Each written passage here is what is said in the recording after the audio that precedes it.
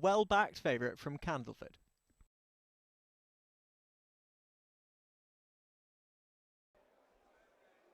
And they're off, racing away in the 17th running of the Raven Roofing Floodlit Stakes. This listed prize over the 1.5 miles.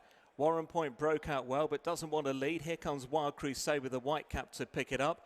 A dual previous course and distance winner. Berkshire Rocco on his return to action is right up there as well in the red and white.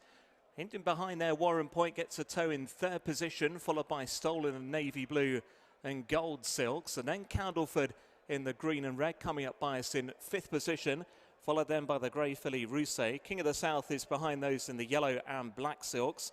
The white jacket then for Felix, and at the back of the field in red and yellow is Royal Scandal under Danny Musket. About to sweep into the far side, and it's Wild Crusade who has the lead. Goes along just inside 2 lengths clear from Warren Point, who's racing in 2nd. A former St Ledger runner-up, Berkshire Rocco, is back in 3rd place. Candleford is in 4th position.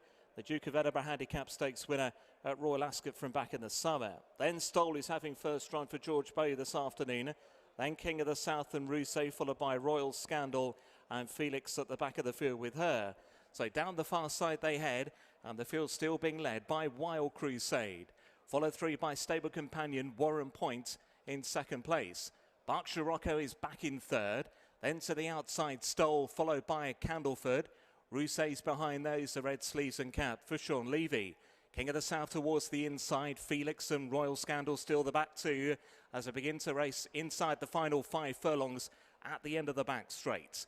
It is Wild Crusade who's out in front by 2 lengths to Warren Point in 2nd. Berkshire Rocco been nudged along in 3rd. Candleford handily positioned in 4th. And then came Stoll in 5th place. King of the South is behind Stoll. Then Rousset, Royal Scandal and Felix is driven in the final placing. They begin to level up inside the final 3 furlongs. Jim Crowley's controlled the gallop on Wild Crusade. Warren Point, though, is taking aim to the outside. Candleford trying to go for the inside route at the cutaway. Then King of the South and the ridden for more Stoll. Royal Scandal's trying to stay on. They're running towards the final furlong and a half, and it's still Wild Crusade. Warren Point the nearest danger to the outside. Candleford back in 3rd. Then King of the South and the running on Rousset. It's Wild Crusade and Warren Point, the stablemates, to fight it out to the outside. Warren Point just coming home a bit better, and it's Warren Point under James Doyle to win the Floodlit Stakes. Has beaten Wild Crusade into 2nd. They were clear from Candleford and Rousset, then King of the South and Royal Scandal.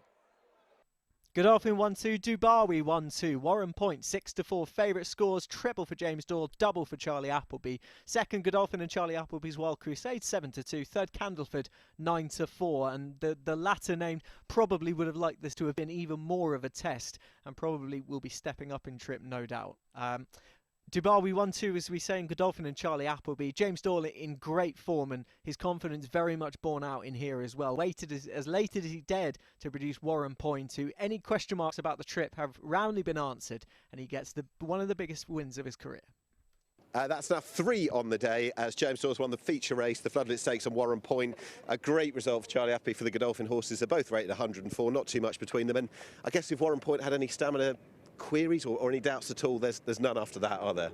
No, he got through the line pretty well there, didn't he? It was a sensible pace set by Jim in front. Obviously not a contested pace. It'd probably suit my fella if there was a bit more of a gallop on, just to help him relax. He can be a little bit headstrong in the early part, but he was pretty good today. Worked through his gears nicely in the straight, and he ran pretty straight, as we mentioned before. He has kind of lugged left and right before, but that kink seems to be ironed out, and he ran, gun barrel straight today, which was definitely a good sign. Yeah. Might be chances more on the day, but you've had 3. Just with him, there's every reason to think with his profile he could be destined for the Emirates, couldn't he, January, February time? I think he's penciled in to go out there on a flight next week, so the programme, sort of that 1.5 miles, there's a few decent races. Obviously he'll hopefully have to progress a little bit more just to dip his toes into that kind of group level, but there's a few little warm-up races for him beforehand. Great start to the Breeders' Cup week, well done. Thank you, cheers.